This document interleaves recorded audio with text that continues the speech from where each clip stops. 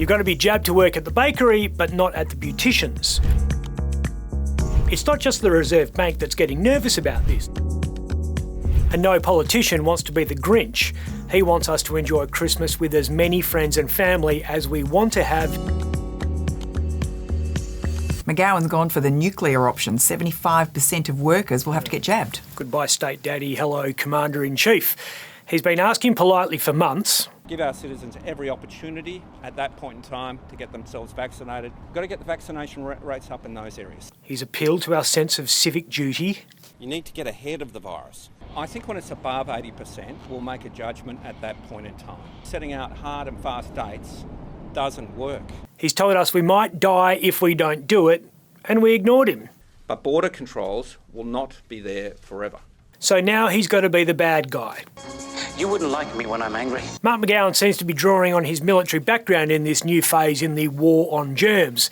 He says the new plan to mandate vaccination for big chunks of the private and public workforce is safe and proportionate to the risk of COVID-19 in our community. It's an interesting use of the word proportionate.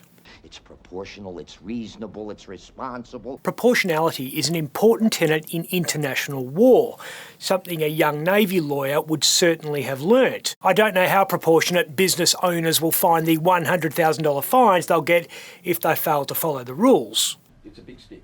We're hopeful we don't have to do it. Individuals, you and me, face $20,000 fines under the new battle blueprint. Roger Cook got in on the military theme also at the press conference today. Our enemy, the pandemic, never stops. It doesn't fatigue. No clues for guessing which movie the Cook family watched last night. It doesn't feel pity or remorse or fear. Rog quickly retreated to the more familiar analogy of sport. In footy terms, we are deep into the final quarter. So we can't keep our eye off the ball. But the devil's always in the detail. And the detail is always very confusing. If you work in a pub, it's compulsory, but it's not compulsory if you work in a bottle shop unless we go into lockdown. You've got to be jabbed to work at the bakery, but not at the beautician's. McGowan pulled out the big guns to tackle the public service. 81% of the government workforce will be covered by these new rules. The clock is clearly ticking. There isn't a grace period. There's not a grace period, so go and get vaccinated. But we're still not sure what happens when the alarm goes off. Vax Commander Chris Dawson wants 80% of us double-dosed by December 31. But even if these new measures get us there, we won't necessarily be free. Be nice to open for Christmas. We know that's not on the agenda though. McGowan says opening borders will mean capacity restrictions. I'm very keen not to do that over the Christmas period. And no politician wants to be the Grinch. He wants us to enjoy Christmas with as many friends and family as we want to have in our own homes. Those homes are going to be worth even more soon. Westpac says house prices up another 8%. Westpac has no idea what house prices are about to do. Nobody does.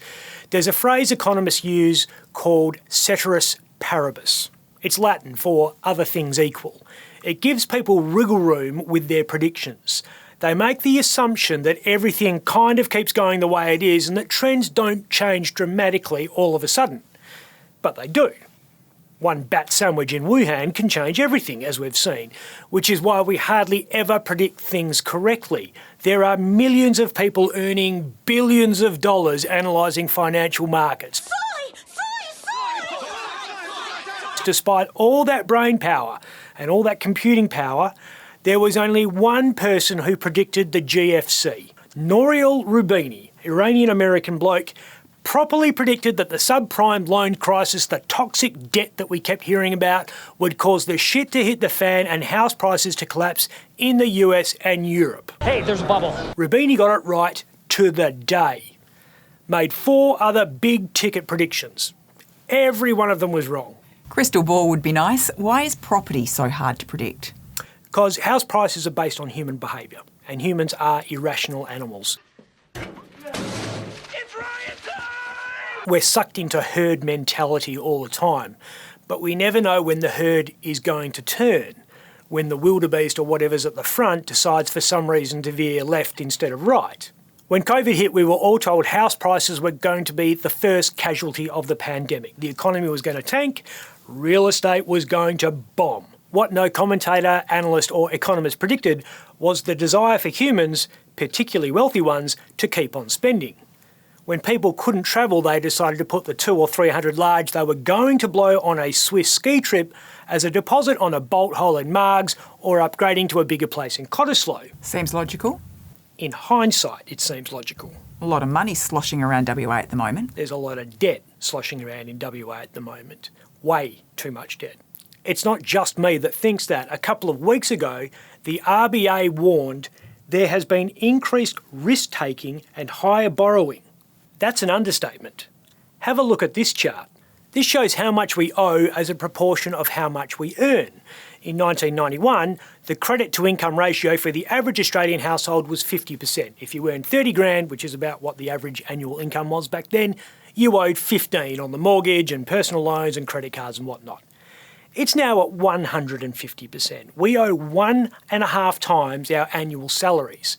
It's not just the Reserve Bank that's getting nervous about this. The Australian Prudential Regulation Authority, that's the banking watchdog, said CBA and Westpac and ANZ and NAB and all the others are lending too much money. Sounds familiar.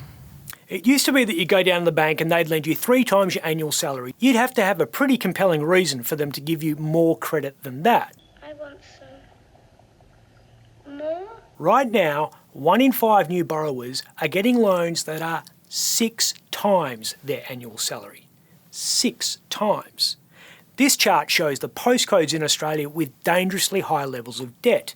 78% of people in Canning Vale are in the danger zone, 73% in Currumbine.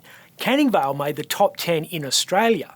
APRA's freaking out. It's told the banks they must increase their interest rate buffer from 2.5 percentage points to 3. That means they can only lend to people if they can afford to repay interest rates at, say, 6% instead of the current standard variable rate of around 3. Well, that sounds like a good safety catch. But not really, because in practice it means someone who would have been able to borrow $600,000 will still be able to borrow $570,000. Yeah, but if you hang on, you're okay because your house price goes up again. Tell that to the person who bought here. That person's been paying off their mortgage for 7 years and probably still owes more on the property than it's worth. They're still deep in negative equity, which is fine if you've got a job and you can keep paying the mortgage, as long as interest rates stay low, which they absolutely will not. Just ask anyone who had a mortgage 30 years ago. In 1991, interest rates hit 19%. The only reason people didn't have their homes repossessed en masse was because the average mortgage was just 77 grand, less than 3 times their annual income. What happens if interest rates do that again when people have twice the debt? Here's a fun game to play at your Mark McGowan endorsed, WA-made, vaxxed-up, capacity-free Christmas lunch. If you owe 500 grand at 3%, your minimum monthly repayment is this.